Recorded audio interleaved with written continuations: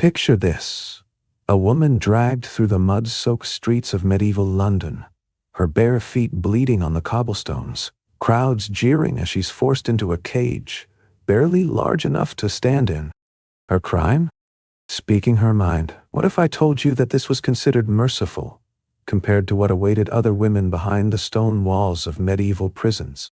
That for centuries, from the darkest dungeons of England to the torture chambers of continental Europe, women faced punishments so unspeakable that many historians have deliberately omitted them from textbooks. You think you know medieval history. You've heard about the rack, the guillotine, maybe even the Iron Maiden. But there's a chapter that's been buried, locked away like the women who suffered through it. 7 punishments, each more terrifying than the last, specifically designed to break not just the body, but the very essence of womanhood itself. And here's what will haunt you. These weren't rare occurrences. They were systematic, legal, and considered necessary for maintaining social order. By the time I'm finished telling you this story, you'll understand why some secrets are better left buried in the past. But first, let me ask you something that might change how you see everything. What happens when the people meant to protect society become its greatest monsters? The Middle Ages, stretching from roughly the 5th to the 15th century, were a time when life was brutal, short, and unforgiving. But for women, especially those who found themselves on the wrong side of the law or social expectations, it was hell on earth. While men who committed crimes were often granted the mercy of a quick execution, women were deliberately kept alive to endure prolonged suffering that would serve as a warning to others. Medieval authorities believed that women, considered naturally weaker and more sinful, required harsher correction to purify their corrupted souls. This wasn't just cruelty. It was theology mixed with misogyny, creating a perfect storm of institutionalized torture. The prison system of medieval Europe wasn't designed for rehabilitation. It was a machine built for one purpose: to break the human spirit through systematic degradation. And nowhere was this more evident than in the special accommodations reserved for female prisoners. These weren't just cells. They were carefully designed chambers of horror where every element was calculated to maximize suffering while keeping the victim alive as long as possible.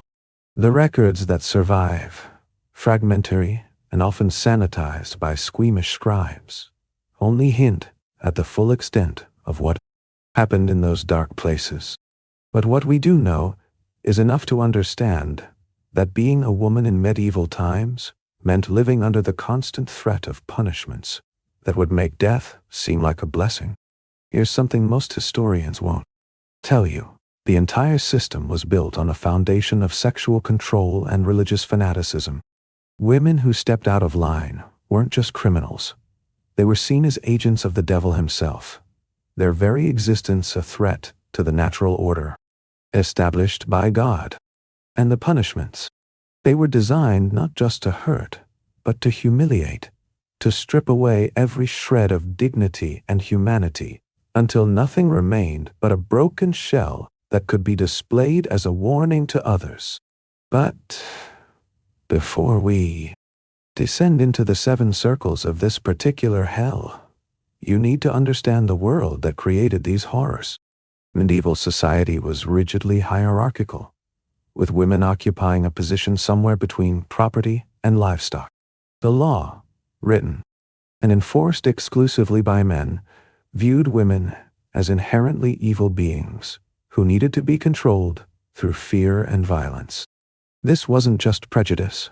It was official doctrine, preached from pulpits and enforced in courtrooms across Europe. A woman could be imprisoned for crimes as minor as gossiping, nagging her husband, or simply being in the wrong place at the wrong time. And once she entered those prison gates, she entered a world where the normal rules of humanity no longer applied. Let's start with the first unspeakable punishment, one that seems almost quaint compared to what's coming, but was devastating in its psychological impact. The Scold's bridle, also known as the witch's bridle or branks, was an iron cage that enclosed a woman's head, with a metal gag studded with spikes that would be forced into her mouth. Every attempt to speak, every movement of the tongue, would result in lacerations that would never heal properly because the device was rarely removed. But here's the truly diabolical part. Women wearing these devices were often paraded through town, unable to scream as crowds threw refuse at them, unable to defend themselves as their tormentors did whatever they pleased. The first recorded use of the Scold's bridle in Scotland dates to 1567, but the practice spread quickly throughout Britain and its colonies. Women accused of being common scolds, essentially anyone who dared to speak up against authority or challenge their husbands, would be sentenced to wear these devices for days or even weeks at a time. The metal would rust against their skin, causing infections that would spread to their mouths and throats. Some versions included bells attached to the top, ensuring that the victim's every movement would draw attention and further humiliation. One woman in Lichfield in 1789 was forced to walk around a field wearing the bridle while local children threw stones at her, and according to records, nobody pitied her because she was very much disliked by her neighbors. But the Scold's bridle was merciful compared to our second punishment. Have you ever wondered what it would be like to drown slowly, repeatedly, never knowing if this time would be the last? The ducking stool, a seemingly simple chair attached to a long wooden beam, was positioned over rivers or ponds. Women accused of everything from witchcraft to adultery would be strapped into these chairs and plunged into freezing water, held under just long enough for their lungs to burn, for panic to set in, before being lifted back up, gasping and choking, only to be plunged down again. The number of duckings depended entirely on the whim of the magistrate or the mood of the crowd. In winter, the shock of the icy water alone could kill, but that was considered God's judgment. In 1731, a woman in Nottingham was subjected to this torture while a mob of spectators took turns operating the mechanism, each trying to hold her under longer than the last. Many women drowned during these punishments, their deaths ruled as divine intervention, proving their guilt. Those who survived often died days later from pneumonia or shock, their bodies unable to recover from the repeated trauma. Here's where the story takes an even darker turn. The third punishment was reserved for women who committed what medieval society considered the ultimate crime, challenging the religious order. Burning at the stake was a punishment particularly favored for women accused of heresy or witchcraft. Unlike men who might be granted the mercy of strangulation before the flames reached them, women were often burned alive, the process deliberately slowed to prolong their agony. The fire would be built low at first, singing the feet and legs, gradually working its way up as the crowd watched and cheered. In 1546, Anne Askew became one of the most famous victims of this punishment. But what makes her story particularly horrifying is what happened before the burning. She was the only woman on record to be tortured on the rack in the Tower of London. Her joints dislocated so severely that she had to be carried to her execution in a chair. When they tied her to the stake, she couldn't even stand on her own. The executioners had to chain her upright while she burned. And throughout it all, she refused to name other women who shared her Protestant beliefs, taking their secrets to her fiery grave. But perhaps no punishment was as psychologically devastating as the fourth one, the iron cage imprisonment. This wasn't a temporary humiliation, but a years-long sentence to slow death. Women like Mary Bruce and Isabella Macduff, who dared to support Robert the Bruce's claim to the Scottish throne, were locked in a specially constructed cages within castle walls. These cages, measuring barely enough space to lie down, were open to the elements through barred windows.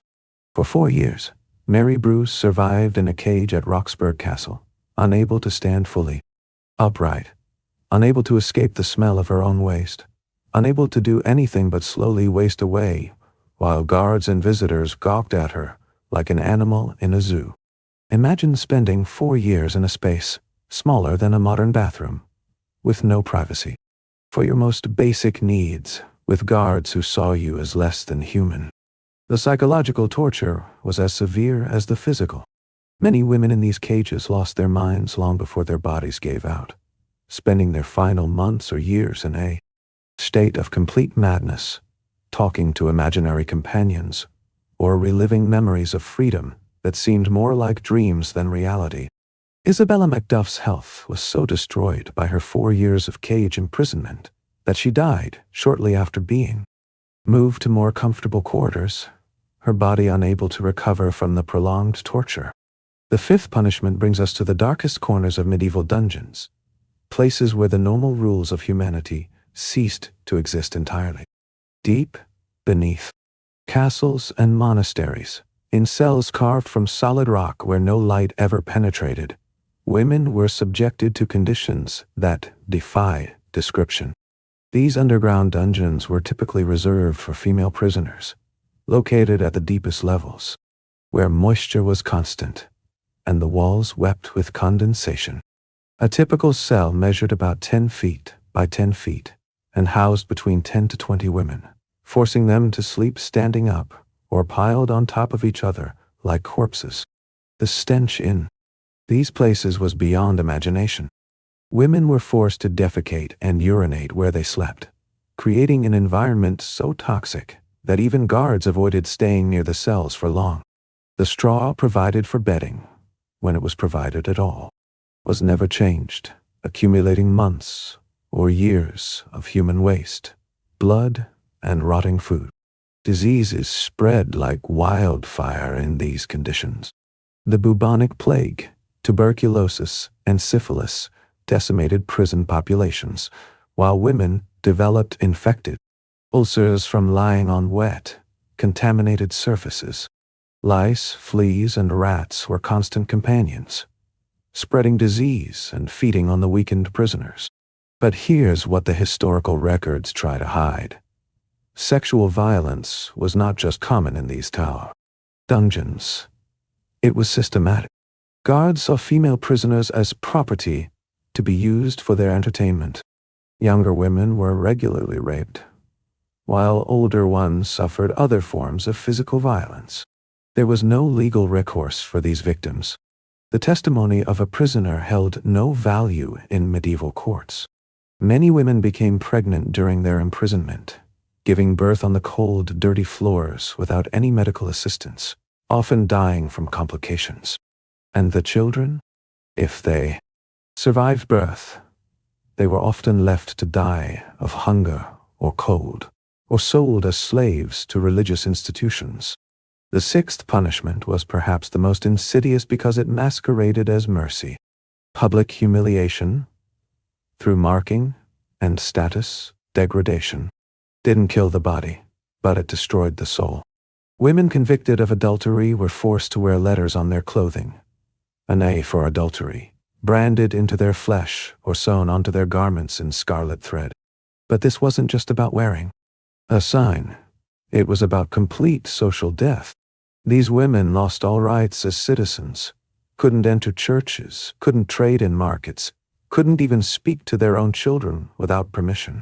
The psychological torture of this punishment extended far beyond the individual woman. Her entire family was tainted by association. Her daughters would struggle to find husbands. Her sons would be barred from guilds and professions. Some women were tattooed with their crimes, permanent marks that ensured they could never escape their past, never start fresh, never again be seen as fully human. In some regions, these women were subjected to regular public beatings, required by law to present themselves in the town square where anyone could strike them without consequence. The message was clear: once marked, always marked. And now we come to the seventh, and perhaps most horrifying punishment of all: one that medieval authorities reserved for women who had committed what they considered the ultimate transgression, infanticide or the murder of their husbands. These women were sentenced to be buried alive, but not in the way you might imagine.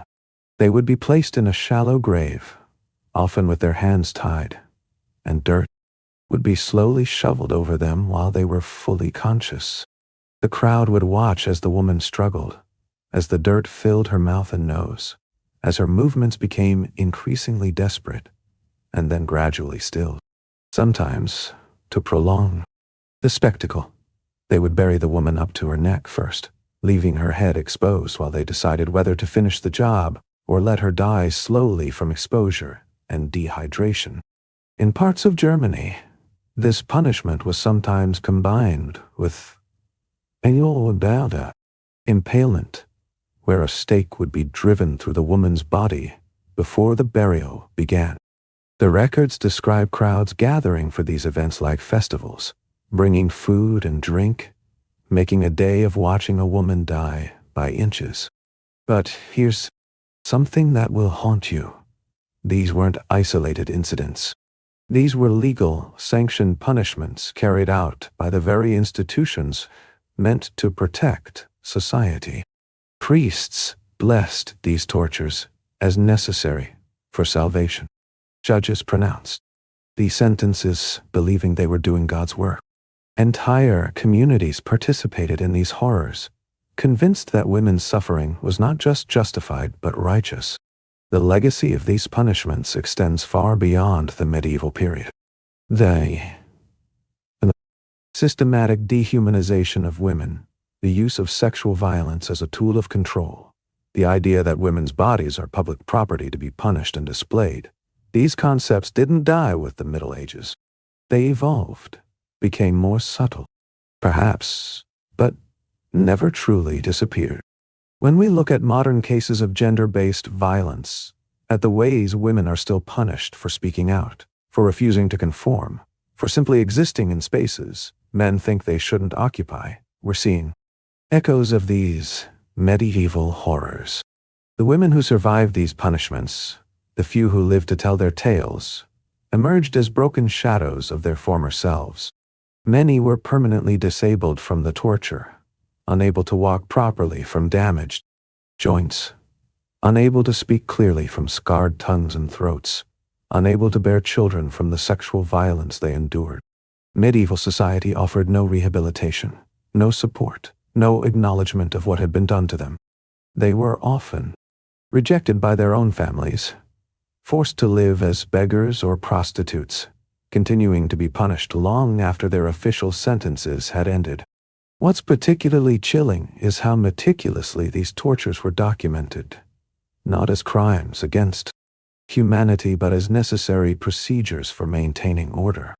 Detailed records describe the construction of torture devices, the proper methods for their use, even the best times of year for certain punishments to achieve maximum suffering. This wasn't madness. It was methodology. It wasn't chaos. It was careful, calculated cruelty designed to send a message to every woman who might dare to step out of line.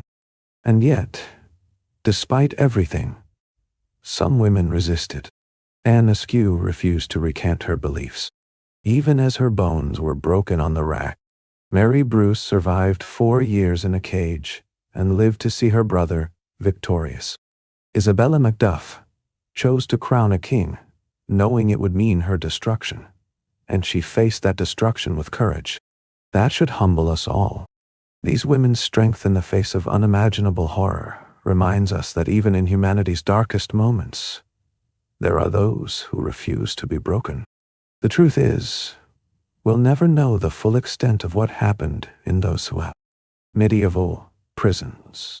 The women who suffered there were considered too unimportant for their stories to be properly recorded.